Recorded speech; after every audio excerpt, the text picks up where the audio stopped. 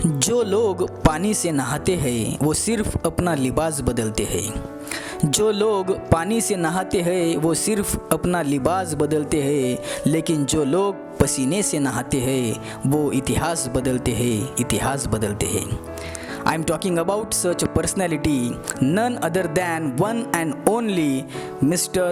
दादासाहेब राजेंद्र कुमारजी गावित। जीवनपट दादासाहेबांचा। महाराष्ट्राच्या खानदेशातील एका पश्चिम कोपऱ्यात नंदुरबार तालुक्यातील वसलेलं महत्त्वाचं गाव म्हणजे नटावद। कारण हे गाव स्वातंत्र्यपूर्व काळापासून प्रसिद्ध आहे। या गावात साक्षात विद्येची देवता सरस्वती आणि माता लक्ष्मी एकत्र नांदत होती। सर्व गावकरी बांधव गुण्यागोविंदाने आजही नांदत आहेत आणि या गावात आदरणीय कृष्णराव दामजी गावित या आदर्श शिक्षकांचे कुटुंब आजही वास्तव्यास आहे। दिनांक 14 जानेवारी 1960 रोजी त्यांच्या कुटुंबात आजोळी लोभाणी येथे राजेंद्र गावित यांचा जन्म झाला। लहानपणापासूनच संस्काराचं पहिलं विद्यापीठ असलेली त्यांची आई जयाबाई गावित यांच्या आदर्श व संस्काराचा शिकवणुकीचा मोठा प्रभाव त्यांच्या व्यक्तिमत्वावर पडला। राजेंद्र गावित यांच्या बालमनावर जे विविध संस्कार आईवडिलांनी दिले त्यातूनच पुढे बाळ राजेंद्र याचा जीवन विकास झाला। असे दादांचे बालपण हे अतिशय कष्टमय होते, पण विचार खूप प्रगत होते। समाजात बदल आणि प्रबोधन घडवून आणण्याची त्यांच्यात तळमळ होती। म्हणूनच त्यांनी गरीब आदिवासी मुलांसाठी अनेक शैक्षणिक शाखाही सुरू केल्या। गोरगरीब, कष्टकरी, व्यावसायिक, शेतकरी यांच्यासाठी अनेक योजनांची जागृती व प्रबोधनही केले आणि म्हणूनच समाजाकडूनही दादांना भरपूर प्रेम मिळालेले आहे। दादांचे प्राथमिक शिक्षण नटावद येथून सुरू झाले। पुढील उच्च शिक्षणासाठी त्यांनी नंदुरबार, धुळे आणि छत्रपती संभाजीनगर गाठलं आणि अर्थशास्त्रात पदव्युत्तर शिक्षण पूर्ण केलं व पुढे महसूल खात्यात सेवा सुरू केली। शिक्षणाचे बाळकडू घरातूनच मिळालेले असल्यामुळे स्पर्धा परीक्षेचा अभ्यास सुरूच होता। त्यांच्या या प्रयत्नांना पुढे यश मिळाले आणि त्यांनी मंत्रालयात कक्ष अधिकारी म्हणून सेवा सुरू केली। दादासाहेबांना त्यांचे आजोबा दामजी पोसला गावित व वडील कृष्णराव दामजी गावित यांच्याकडून राजकीय वारसा होताच, तसेच थोरले बंधू नामदार डॉक्टर विजयकुमार गावित यांच्याकडूनही त्यांनी राजकीय धडे गिरवले। याच काळात नवापूर तालुक्यातील पाटीबेडकी येथील इलाताई यांच्यासोबत दादांची लग्नगाठ बांधली गेली। इलाताई सुद्धा प्रशासकीय सेवेत पोलीस निरीक्षक म्हणून कार्यरत होत्या।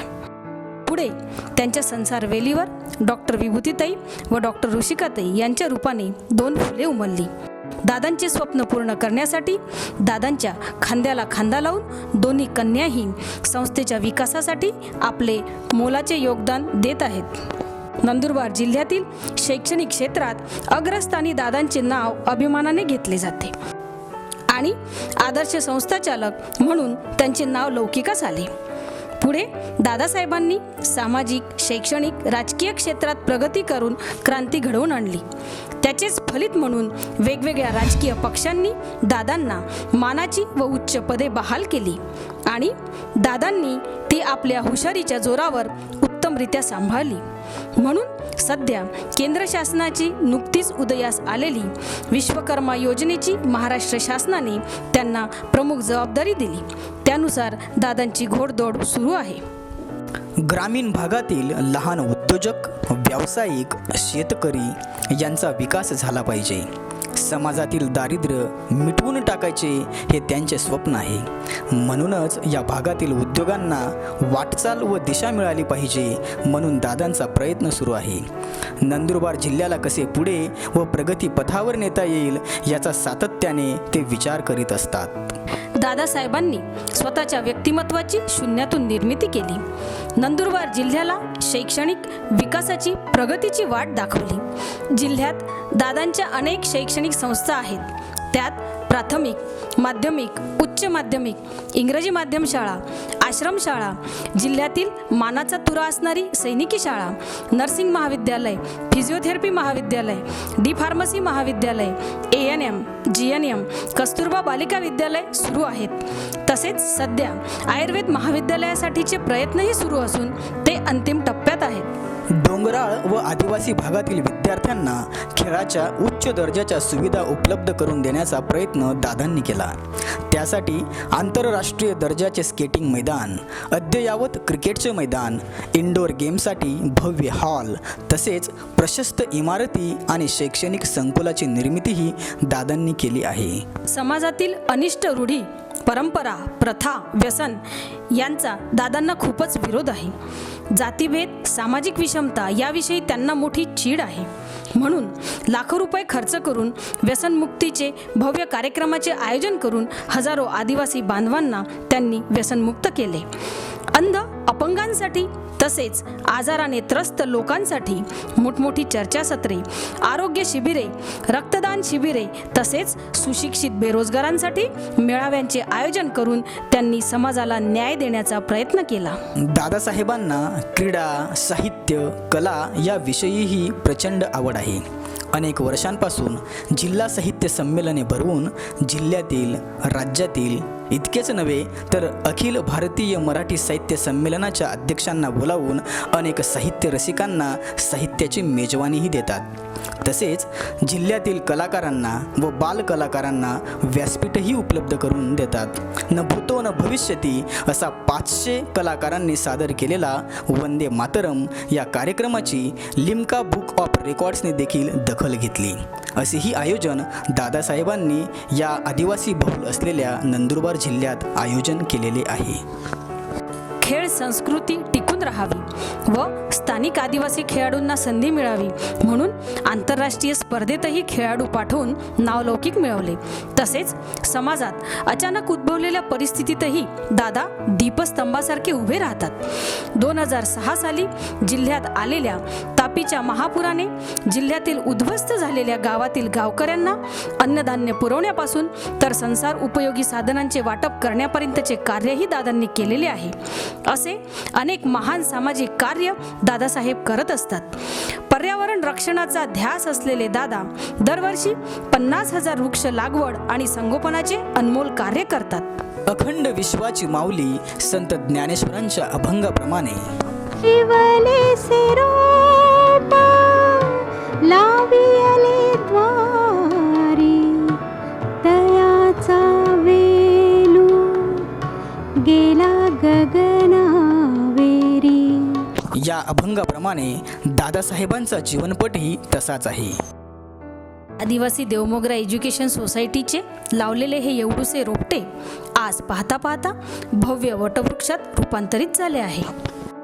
याचे श्रेय दादासाहेब आपल्या मोठ्या व उदार मनाने आपल्या संस्थेतील सर्व कर्मचाऱ्यांना देतात.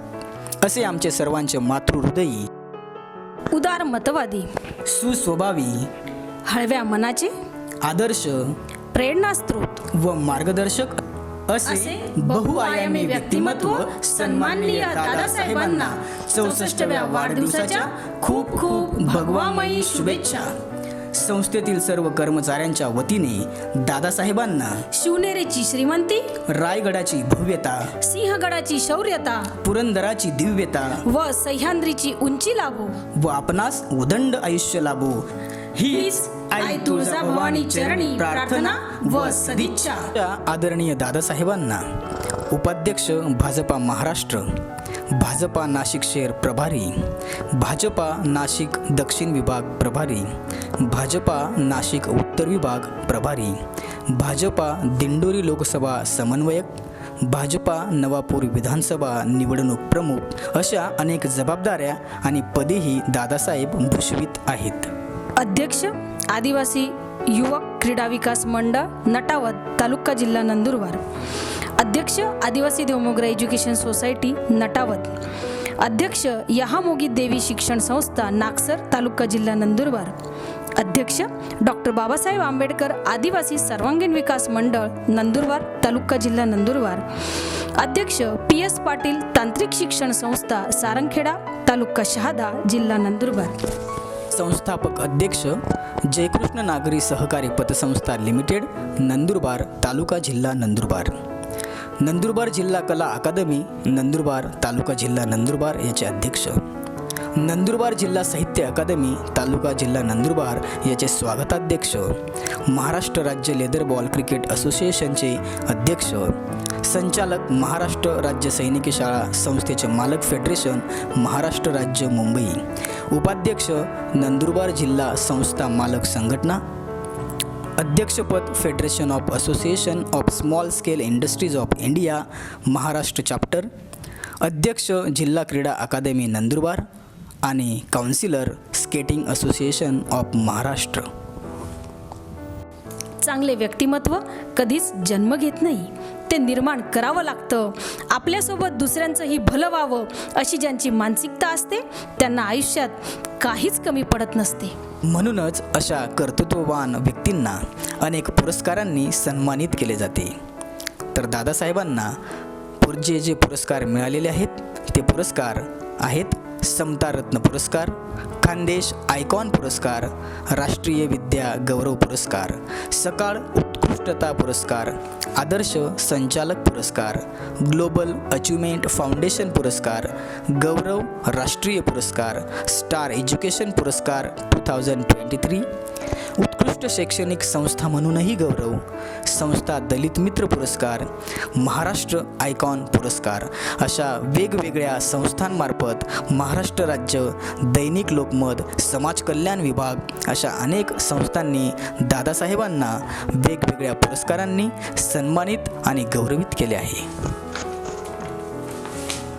मराठा समाज चळवळ आणि मराठा समाज प्रबोधन मंडळ, जिल्हा कला साहित्य अकादमी, पुण्यनगरी वृत्तपत्र धुळे, मोती अर्बन कोऑपरेटिव्ह बँक तळोदा, लेवा पाटीदार गुजर समाज, जिल्हा ग्रंथालय संघ, लोकमान्य टिळक जिल्हा वाचनालय, lawn tennis association, Shri Sai education trust, जिल्हा ग्रंथालय कार्यालय, VJNT हक्क परिषद अशा अनेक सामाजिक संस्थांमार्फतही दादांचा सन्मान करण्यात आलेला आहे.